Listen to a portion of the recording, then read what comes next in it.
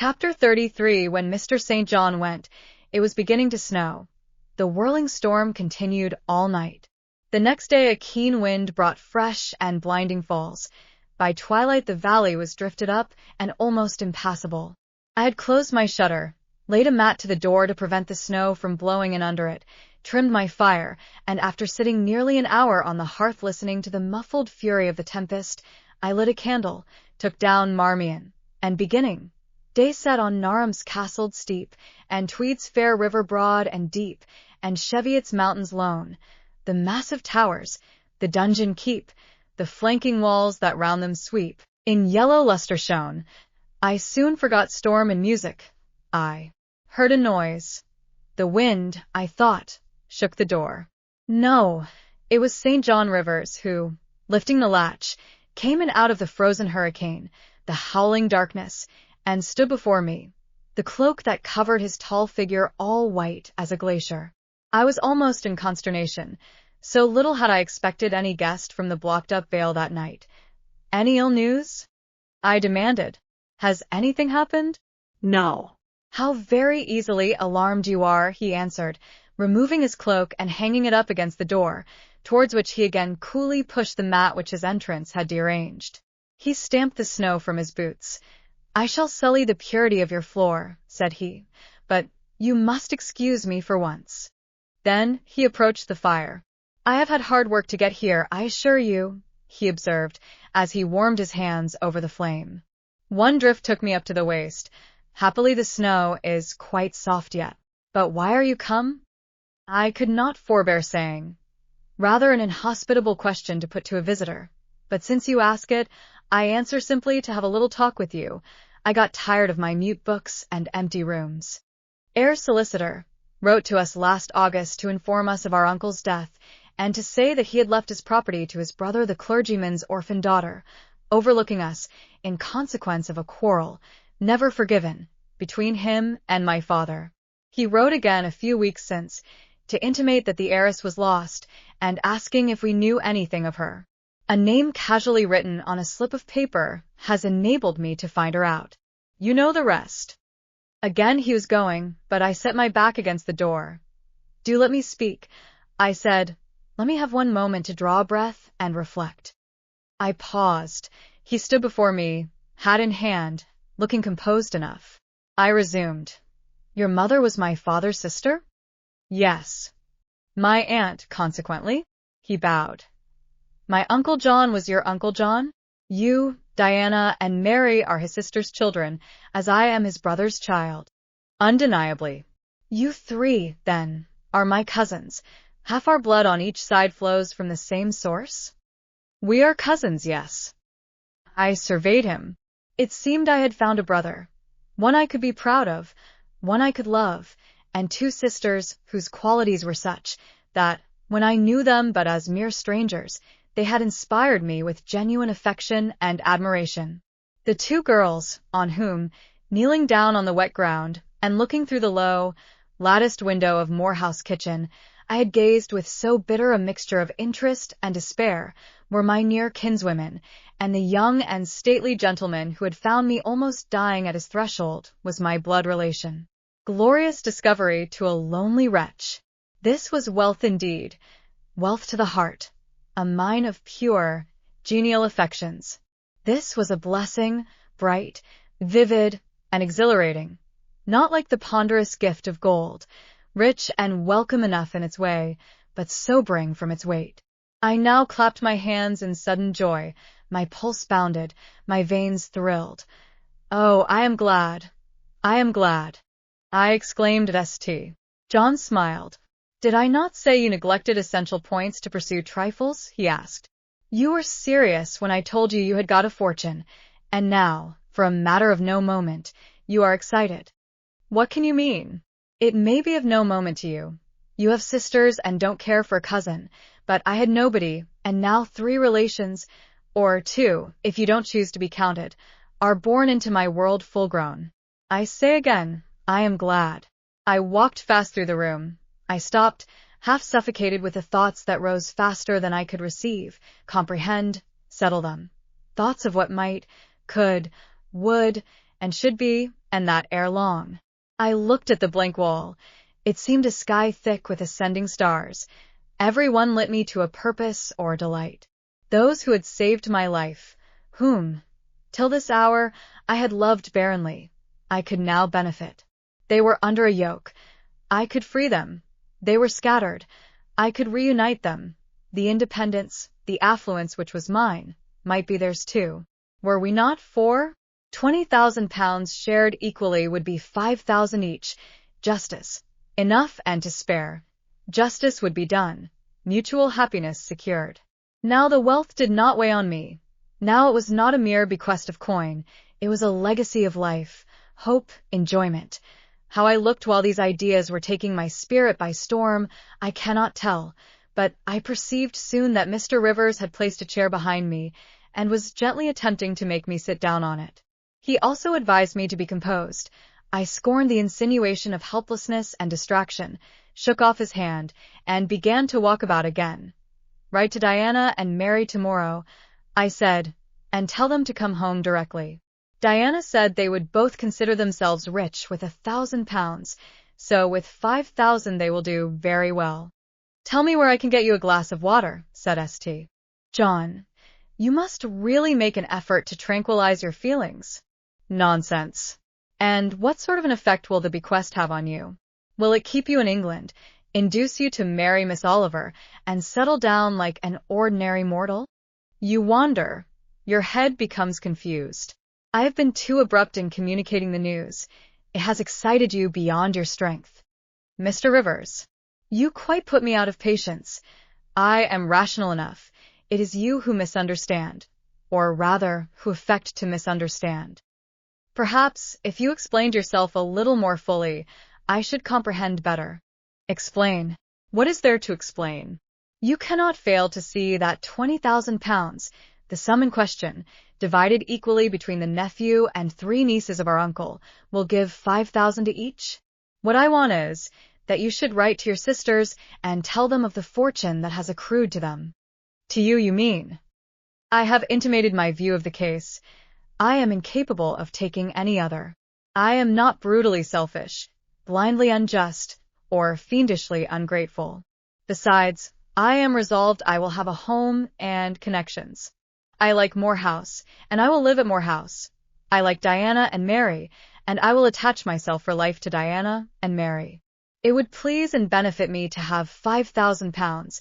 It would torment and oppress me to have 20,000, which, moreover, could never be mine in justice, though it might in law. I abandon to you, then, what is absolutely superfluous to me. Let there be no opposition and no discussion about it. Let us agree amongst each other and decide the point at once. This is acting on first impulses. You must take days to consider such a matter, ere your word can be regarded as valid. Oh, if all you doubt is my sincerity, I am easy. You see the justice of the case.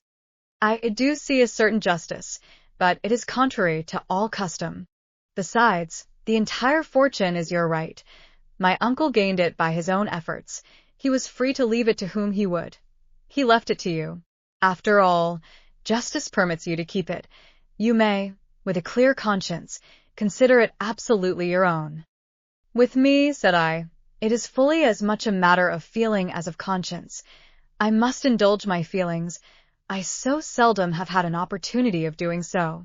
Were you to argue, object, and annoy me for a year, I could not forego the delicious pleasure of which I have caught a glimpse, that of repaying, in part, a mighty obligation, and winning to myself lifelong friends.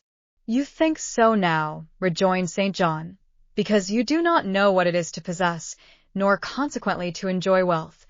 You cannot form a notion of the importance £20,000 would give you, of the place it would enable you to take in society, of the prospects it would open to you. You cannot. And you, I interrupted, cannot at all imagine the craving I have for fraternal and sisterly love. I never had a home. I never had brothers or sisters. I must and will have them now. You are not reluctant to admit me and own me, are you? Jane, I will be your brother. My sisters will be your sisters, without stipulating for this sacrifice of your just rights. Brother? Yes, at the distance of 1,000 leagues. Sisters? Yes, slaving among strangers. I, wealthy, gorged with gold I never earned and do not merit.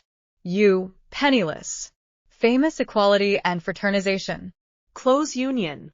Intimate attachment. But, Jane, your aspirations after family ties and domestic happiness may be realized otherwise than by the means you contemplate. You may marry. Nonsense again. Marry. I don't want to marry, and never shall marry. That is saying too much. Such hazardous affirmations are a proof of the excitement under which you labor. It is not saying too much. I know what I feel, and how averse are my inclinations to the bare thought of marriage. No one would take me for love, and I will not be regarded in the light of a mere money speculation. And I do not want a stranger, unsympathizing, alien, different from me. I want my kindred, those with whom I have full fellow feeling. Say again you will be my brother. When you uttered the words I was satisfied, happy. Repeat them, if you can, repeat them sincerely. I think I can. I know I have always loved my own sisters, and I know on what my affection for them is grounded, respect for their worth and admiration of their talents. You too have principle and mind. Your tastes and habits resemble Diana's and Mary's. Your presence is always agreeable to me. In your conversation I have already for some time found a salutary solace. I feel I can easily and naturally make room in my heart for you, as my third and youngest sister. Thank you. That contents me for tonight. Now you had better go, for if you stay longer, you will perhaps irritate me afresh by some mistrustful scruple. And the school, Miss Eyre?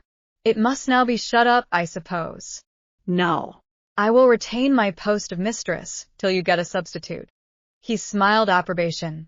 We shook hands, and he took leave. I need not narrate in detail the further struggles I had and arguments I used to get matters regarding the legacy settled as I wished. My task was a very hard one, but as I was absolutely resolved, as my cousin saw at length that my mind was really and immutably fixed on making a just division of the property, as they must in their own hearts have felt the equity of the intention, and must, besides, have been innately conscious that in my place they would have done precisely what I wished to do, they yielded at length so far as to consent to put the affair to arbitration. The judges chosen were Mr. Oliver and an able lawyer. Both coincided in my opinion. I carried my point. The instruments of transfer were drawn out. St. John, Diana, Mary, and I each became possessed of a competency. Besides, since yesterday, I have experienced the excitement of a person to whom a tale has been half told, and who is impatient to hear the sequel. He sat down. I recalled his singular conduct of yesterday, and really I began to fear his wits were touched. If he were insane, however, his was a very cool and collected insanity. I had never seen that handsome-featured face of his look more like chiseled marble than it did just now, as he put aside his snow-wet hair from his forehead and let the firelight shine free on his pale brow and cheek as pale, where it grieved me to discover the hollow trace of care or sorrow now so plainly graved. I waited, expecting he would say something I could at least comprehend, but his hand was now at his chin, his finger on his lip. He was thinking.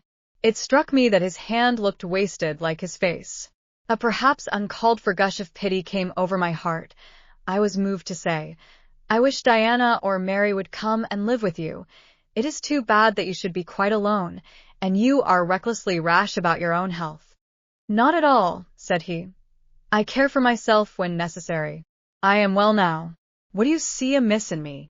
This was said with a careless, abstracted indifference, which showed that my solicitude was, at least in his opinion, wholly superfluous.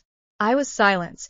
He still slowly moved his finger over his upper lip, and still as I dwelt dreamily on the glowing grate, thinking it urgent to say something, I asked him presently if he felt any cold draught from the door which was behind him. No, no, he responded shortly and somewhat testily. Well, I reflected, if you won't talk, you may be still. I'll let you alone now and return to my book. So I snuffed the candle and resumed the perusal of Marmion. He soon stirred.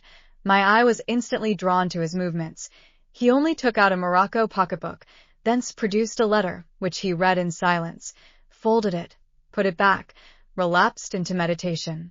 It was vain to try to read with such an inscrutable fixture before me. Nor could I, in impatience, consent to be dumb.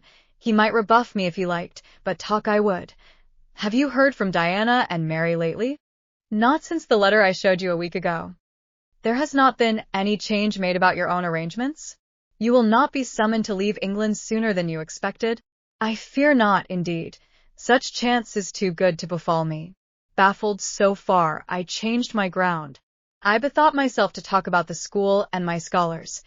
Mary Garrett's mother is better, and Mary came back to the school this morning, and I shall have 4 new girls next week from the Foundry Close. They would have come today, but for the snow. Indeed. Mr. Oliver pays for 2. Does he? He means to give the whole school a treat at Christmas. I know. Was it your suggestion? No. Whose then? His daughter's, I think. It is like her. She is so good-natured. Yes. Again came the blink of a pause. The clock struck 8 strokes. It aroused him. He uncrossed his legs, sat erect, turned to me. Leave your book a moment and come a little nearer the fire, he said, wondering, and of my wonder finding no end, I complied. Half an hour ago, he pursued, I spoke of my impatience to hear the sequel of a tale. On reflection, I find the matter will be better managed by my assuming the narrator's part and converting you into a listener. Before commencing, it is but fair to warn you that the story will sound somewhat hackneyed in your ears, but stale details often regain a degree of freshness when they pass through new lips. For the rest, whether trite or novel, it is short. 20 years ago, a poor curate, never mind his name at this moment, fell in love with a rich man's daughter. She fell in love with him and married him, against the advice of all her friends, who consequently disowned her immediately after the wedding. Before 2 years passed, the rash pair were both dead, and laid quietly side by side under one slab.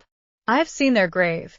It formed part of the pavement of a huge churchyard surrounding the grim, soot-black old cathedral of an overgrown manufacturing town in Shire. They left a daughter, which, at its very birth, Charity received in her lap. Cold as that of the snowdrift, I almost stuck fast in tonight. Charity carried the friendless thing to the house of its rich maternal relations. It was reared by an aunt-in-law, called, I come to names now, Mrs. Reed of Gateshead. You start. Did you hear a noise? I dare say it is only a rat scrambling along the rafters of the adjoining schoolroom. It was a barn before I had it repaired and altered, and barns are generally haunted by rats. To proceed. Mrs. Reed kept the orphan 10 years. Whether it was happy or not with her, I cannot say, never having been told, but at the end of that time she transferred it to a place you know, being no other than Lowood School, where you so long resided yourself. It seems her career there was very honorable. From a pupil, she became a teacher, like yourself. Really, it strikes me there are parallel points in her history and yours. She left it to be a governess. There, again, your fates were analogous. She undertook the education of the ward of a certain Mr. Rochester. Mr. Rivers, I interrupted. I can guess your feelings, he said, but restrain them for a while. I have nearly finished. Hear me to the end. Of Mr. Rochester's character I know nothing, but the one fact that he professed to offer honorable marriage to this young girl, and that at the very altar she discovered he had a wife yet alive, though a lunatic. What his subsequent conduct and proposals were is a matter of pure conjecture, but when an event transpired which rendered inquiry after the governess necessary, it was discovered she was gone. No one could tell when, where, or how. She had left Thornfield Hall in the night. Every research after her course had been vain. The country had been scoured far and wide. No vestige of information could be gathered respecting her.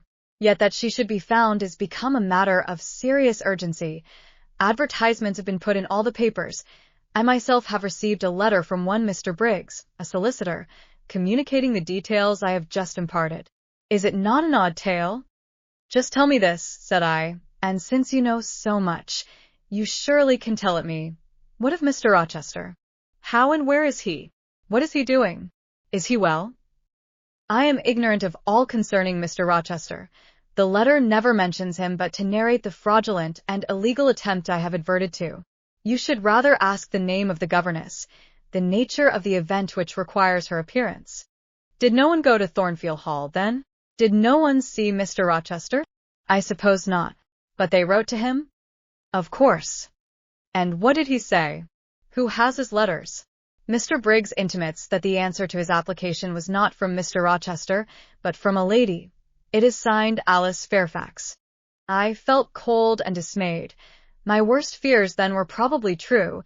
He had in all probability left England and rushed in reckless desperation to some former haunt on the continent. And what opiate for his severe sufferings, what object for his strong passions, had he sought there? I dared not answer the question. Oh, my poor master, once almost my husband, whom I had often called my dear Edward. He must have been a bad man, observed Mr. Rivers. You don't know him, don't pronounce an opinion upon him, I said with warmth. Very well, he answered quietly, and indeed my head is otherwise occupied than with him. I have my tale to finish. Since you won't ask the governess's name, I must tell it of my own accord. Stay. I have it here. It is always more satisfactory to see important points written down, fairly committed to black and white. And the pocketbook was again deliberately produced, opened, sought through. From one of its compartments was extracted a shabby slip of paper, hastily torn off. I recognized in its texture and its stains of ultramarine and lake and vermilion the ravished margin of the portrait cover. He got up, held it close to my eyes, and I read, traced in Indian ink, in my own handwriting, the words Jane Eyre, the work doubtless of some moment of abstraction. Briggs wrote to me of a Jane Eyre. He said, the advertisements demanded a Jane Eyre. I knew a Jane Elliot. I confess I had my suspicions, but it was only yesterday afternoon they were at once resolved into certainty. You own the name and renounce the alias. Yes, but where is Mr. Briggs? He perhaps knows more of Mr. Rochester than you do. Briggs is in London. I should doubt his knowing anything at all about Mr. Rochester. It is not in Mr. Rochester he is interested. Meantime, you forget essential points in pursuing trifles. You do not inquire why Mr. Briggs sought after you, what he wanted with you. Well, what did he want? Merely to tell you that your uncle, Mr. Eyre of Madeira, is dead, that he has left you all his property, and that you are now rich. Merely that. Nothing more. I rich. Yes, you rich. Quite an heiress. Silence succeeded. You must prove your identity, of course, resumed St. John presently. A step which will offer no difficulties. You can then enter on immediate possession. Your fortune is vested in the English funds. Briggs has the will and the necessary documents. Here was a new card turned up. It is a fine thing, reader, to be lifted in a moment from indigence to wealth, a very fine thing, but not a matter one can comprehend or consequently enjoy all at once. And then there are other chances in life far more thrilling and rapture-giving. This is solid, an affair of the actual world, nothing ideal about it. All its associations are solid and sober, and its manifestations are the same. One does not jump and spring and shout hurrah at hearing one has got a fortune. One begins to consider responsibilities and to ponder business. On a base of steady satisfaction rise certain grave cares, and we contain ourselves and brood over our bliss with a solemn brow. Besides, the words legacy, bequest, go side by side with the words death, funeral. My uncle I had heard was dead, my only relative.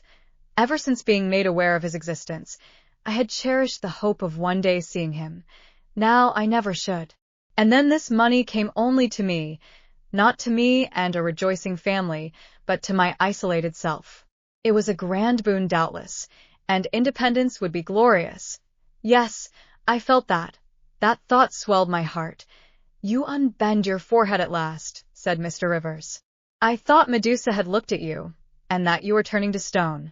Perhaps now you will ask how much you are worth. How much am I worth? Oh, a trifle. Nothing of course to speak of. 20,000 pounds, I think they say, but what is that? 20,000 pounds. Here was a new stunner. I had been calculating on 4 or 5,000. This news actually took my breath for a moment. Mr. St. John, whom I had never heard laugh before, laughed now. Well, said he, if you had committed a murder, and I had told you your crime was discovered, you could scarcely look more aghast. It is a large sum. Don't you think there is a mistake? No mistake at all. Perhaps you have read the figures wrong. It may be 2,000. It is written in letters, not figures. 20,000. I again felt rather like an individual of, but average gastronomical powers, sitting down to feast alone at a table spread with provisions for 100. Mr. Rivers rose now and put his cloak on. If it were not such a very wild night, he said, I would send Hannah down to keep you company. You look too desperately miserable to be left alone. But Hannah, poor woman, could not stride the drift so well as I. Her legs are not quite so long. So I must e'en leave you to your sorrows. Good night. He was lifting the latch. A sudden thought occurred to me. Stop 1 minute, I cried. Well? It puzzles me to know why Mr. Briggs wrote to you about me, or how he knew you, or could fancy that you, living in such an out-of-the-way place, had the power to aid in my discovery. Oh. I am a clergyman, he said, and the clergy are often appealed to about odd matters. Again the latch rattled. No, that does not satisfy me, I exclaimed, and indeed there was something in the hasty and unexplanatory reply which, instead of allaying, piqued my curiosity more than ever. It is a very strange piece of business, I added. I must know more about it. Another time. No. Tonight. Tonight. And as he turned from the door, I placed myself between it and him. He looked rather embarrassed. You certainly shall not go till you have told me all, I said. I would rather not just now. You shall. You must. I would rather Diana or Mary informed you. Of course these objections wrought my eagerness to a climax. Gratified it must be, and that without delay, and I told him so. But I apprised you that I was a hard man, said he, difficult to persuade. And I am a hard woman, impossible to put off. And then, he pursued, I am cold. No fervor infects me, whereas I am hot and fire dissolves ice. The blaze there's thawed all the snow from your cloak. By the same token, it has streamed onto my floor, and made it like a trampled street. As you hope ever to be forgiven, Mr. Rivers, the high crime and misdemeanor of spoiling a sanded kitchen, tell me what I wish to know. Well, then, he said, I yield, if not to your earnestness, to your perseverance, as stone is worn by continual dropping. Besides, you must know some day, as well now as later. Your name is Jane Eyre? Of course, that was all settled before. You are not, perhaps, aware that I am your namesake, that I was christened St. John Eyre Rivers? No, indeed. I remember now seeing the letter E, comprised in your initials written in books you have at different times lent me, but I never asked for what name it stood. But what then? Surely. I stopped. I could not trust myself to entertain, much less to express, the thought that rushed upon me, that embodied itself, that, in a second, stood out a strong, solid probability. Circumstances knit themselves, fitted themselves, shot into order. The chain that had been lying hitherto a formless lump of links was drawn out straight. Every ring was perfect, the connection complete. I knew, by instinct, how the matter stood, before St. John had said another word, but I cannot expect the reader to have the same intuitive perception, so I must repeat his explanation. My mother's name was Eyre. She had 2 brothers, one a clergyman, who married Miss Jane Reed, of Gateshead, the other, John Eyre, Esq., merchant, late of Finchal, Madeira. Mr. Briggs being Mr.